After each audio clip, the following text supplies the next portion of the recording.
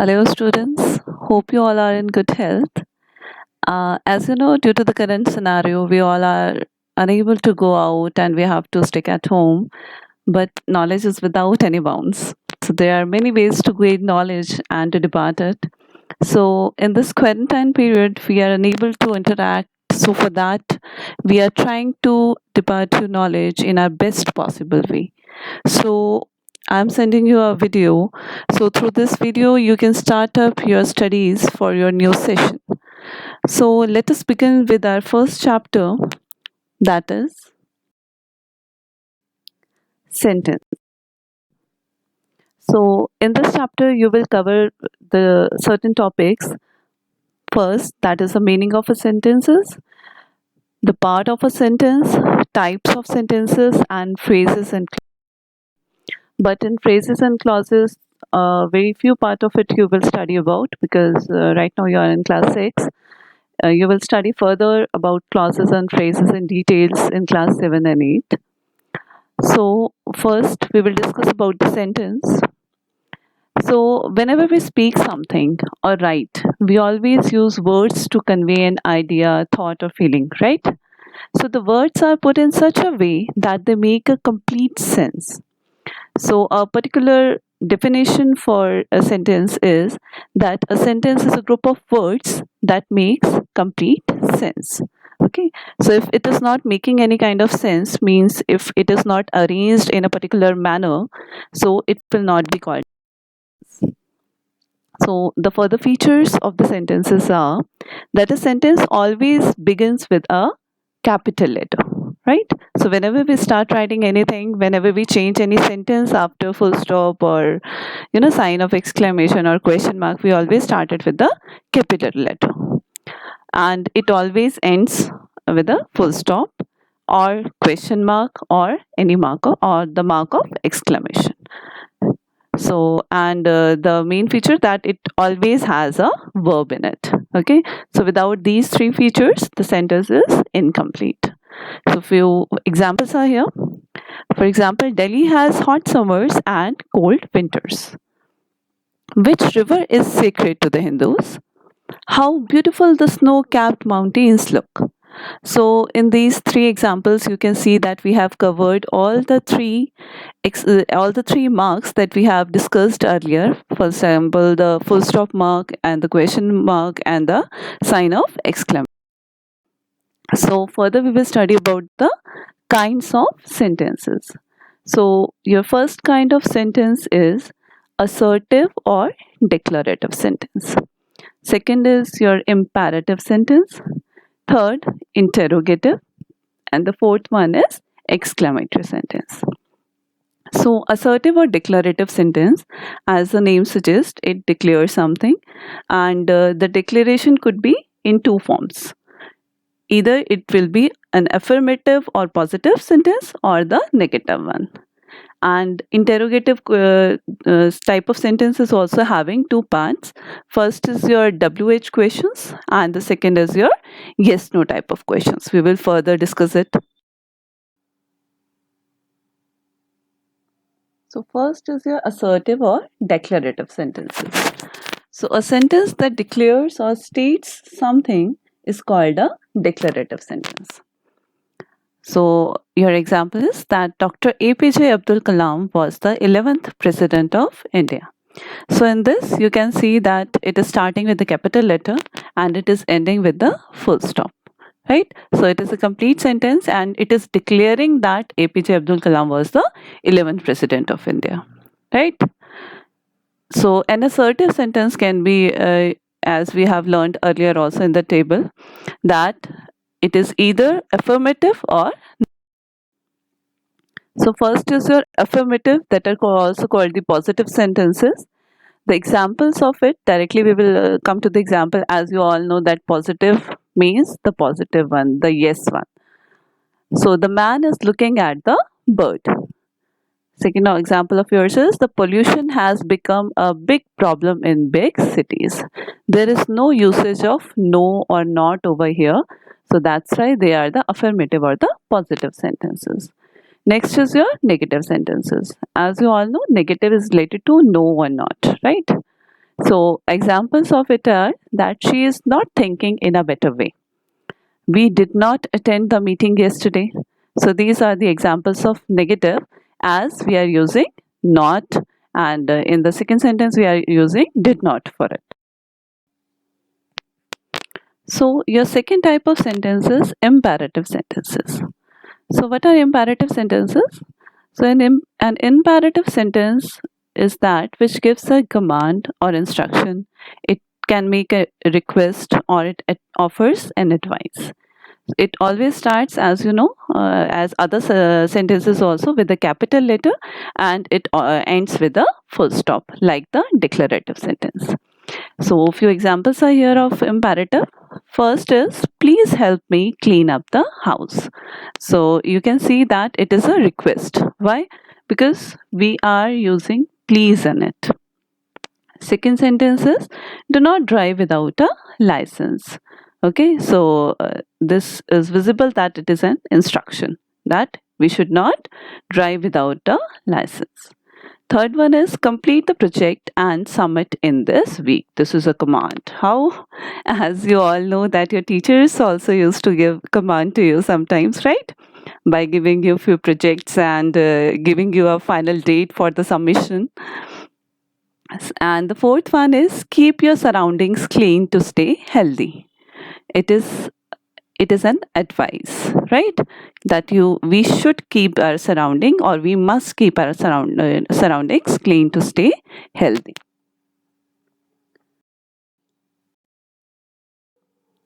So next, the third type of sentence of yours is interrogative sentences. Interrogative means it is related to interrogation. Interrogation means to search for something, to search for the answers of the questions. So interrogative is related to the question marks or the questions, right? So an interrogative sentence asks a question. So in an interrogative sentence, the auxiliary verb is placed before the subject. You all must be aware about the auxiliary verb. You must have read in the previous classes. Auxiliary verbs are the helping verbs. For example, is, am, are, was, were, has, have, had, etc. It always begins with a capital letter, as you know, all the sentences, and ends with a question mark. Now there is a change. Your imperative sentences and your declarative sentences were ending with a full stop.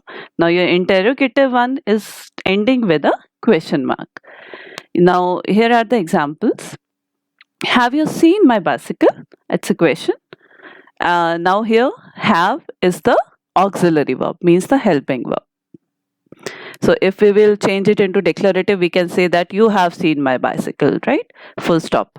Then it will be a declarative sentence. Now interrogative sentences are of two kinds as your declarative one. First is yes no questions. So what are the yes no questions? Yes no questions means that kind of question whose answer you can give in yes or no, right?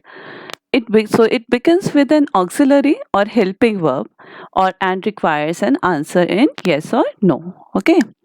So are you feeling better today? Are you feeling better today?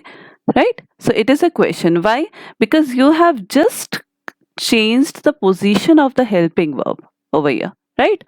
Are should be after you. If you will declare it, if you will change it into a declarative sentence, you will say that you are feeling better today, right? Full stop. So if you are changing it into interrogative, are means the helping verb will be at the first place before you. So are you feeling better today? It's a question. Did you bring your new notebook? So it is also a question. Here, did is your helping verb. Now next is your WH question. So WH question means WH questions are related to all the question words. Okay, but in this you have to give the answers in a statement. So it forms with question words like, you all are aware of the question words like what, when, where, whose, whom, why, who, which, how, etc. So they have to be answered in a full statement. You cannot say yes or no. For example, when does the bus arrive? So you cannot say yes, right? So you will give a full-fledged answer of it in a particular statement. So why are you crying so loud? It's a question. Okay. This answer also you cannot give in yes or no, right? So the last and the fourth kind of sentence of yours is the exclamatory sentences.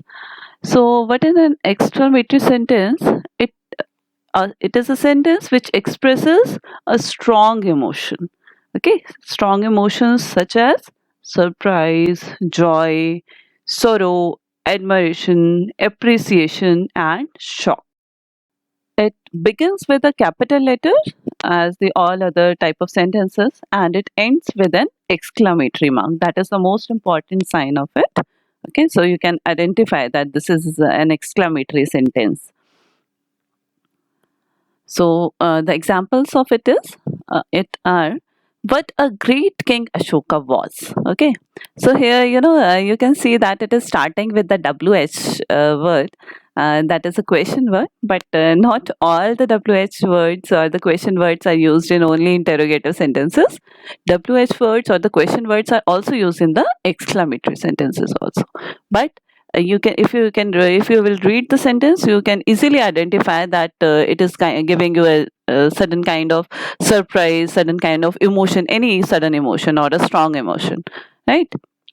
So what a great king Ashoka was. Okay, sign of exclamation. How skillfully the weaver bird builds its nest. Okay, so here also you are very surprised that how skillfully the weaver bird builds its nest. Oh, how long this queue is. Okay, here is a little sorrow showing over here. So parts of a sentence now we will continue with. Okay. So hopefully you have understood the kinds of the sentences, and just read or go through them very thoroughly. Whichsoever problem you will get in it, Bacha, just be ready with your queries. Whenever we will be having a Zoom session, you can ask all your queries to me. Okay.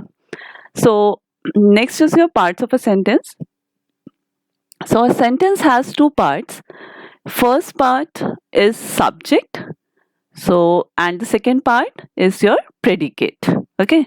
So, subject and predicate also you must have studied in the previous class, but still you can revise it now. So, it is that part of a sentence, the subject one, means subject is the doer. Doer means the person who is doing the action in the sentence. It is that part of a sentence which states who or what the sentence is about. Okay, means who is the main person of the sentence. The subject can be a noun or a pronoun as well. Next is your predicate. Now predicate, what is the predicate? So predicate, it is that part of a sentence which states something about the subject. Okay, and every predicate, as you all know, that every sentence contains a verb, so every predicate has a verb. Okay, because out of the subject part, rest of the sentence is called the predicate part. The examples of it is, my grandfather likes a cup of hot milk at bedtime. So here you can see that who is the subject, means who is the doer of the action. Likes a cup of hot milk at bedtime. Who likes the cup of hot milk at bedtime? My grandfather, right? It is saying that who is the person who is doing this action. Okay? Who is liking the a cup of hot milk at bedtime? So my grandfather is that person. So it will be a subject. Predicate is likes a cup of hot milk at bedtime. So next we will study about phrases. Phrases and clauses are the part of your this first chapter, sentences, but in details you will study about the phrases and clauses in class 7 and 8 also, because here in class 6 they are completely a new topic for you. So the introductory part we will do in this class. So what are phrases? So a phrase is a group of words, right? It is a group of words because it is a part of a sentence which does not make a complete sense on its own. Okay, it cannot make its complete sense if it is written separately. So it always makes sense only if it is a part of a sentence. Okay, if it is included with a sentence, only then it will be making a sense. So a phrase does not contain a finite verb. Okay, so if it is not taking any finite verb, that is for sure that it doesn't make a sense. Examples are given over here. Dia is the girl in the red dress. So here, Dia is the girl in the red dress. In the red dress, here there is no verb, means no finite verb is over here. Okay, so it is just telling about Dia, that Dia is the girl in the red dress. Who is Dia? Dia is that girl who is in the red dress. Okay, traveling by car gives me great pleasure. Okay, traveling by car gives me great pleasure. Here traveling, you can imagine, or you can might be you are thinking about that traveling is a verb, but traveling is not a finite verb over here. Okay, it is a non-finite verb over here. Traveling by car, here it is working as a non-finite verb, so we cannot say it is a finite verb. So if it is not a finite verb, then it could be a part of the phrases. So traveling by car gives me great pleasure. So this part, traveling by car, the red highlighted part of yours is the example of your phrase. So in the above examples, the highlighted parts of the sentences is called the phrase, you can see. Now next is your clauses. So what are clauses? Clause is also a part of a sentence like phrases, but it do have a finite verb. So a clause is a group of words that forms part of a sentence and has a subject also and a finite verb of its own. Okay, it is having, or it is containing the finite verb also and the subject as well. So clause has only one finite verb in it. Okay, so clause has only one finite verb in it. You know what are finite verbs? So finite verbs are those verbs which can be changed according to the subject or to the tense or the number or gender, which can be changed according to them. They are called the finite verbs. And non-finite verbs are like that, who cannot change according to anything. So further you will study about that also. So examples are, I found a green seashell. Okay, I found a green seashell.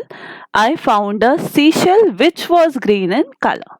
Okay, so these two sentences might be looking similar, but what is the difference between them? The first word, can you say it is a clause? No, it is not a clause. The second one is a clause because the first one is not having any finite verb in it. Okay, so in the first sentence, the highlighted one means a green seashell is phrase. Why? As it does not contain any finite verb in it. Okay, so in the second sentence, the highlighted part, okay, is a clause. How? Because it has a finite verb. And which is the finite verb in it? It is was. Okay, the finite verb is was in it, and the subject is which. Okay, we are talking about which. So but it does not make a complete sense. Which was green in color? If we will simply say that which was green in color, okay, though it is there is no interrogative mark, means no question mark, so it is not a sentence even. So this part of sentence is called a clause. So thank you so much, students. So stay at home, all of you, because safety is the most important thing in life. And the safety of your life is very valuable for us as well as your parents. So motivate others also to be at home, stay at home, and stay safe. Thank you so much. And please go through the video thoroughly. Whichever query you are having, please note them down and ask in the Zoom session whenever we are having a Zoom session. So I hope you will come with a lot of queries over there. So hope you meet you soon. Stay home, all of you, and stay safe, please.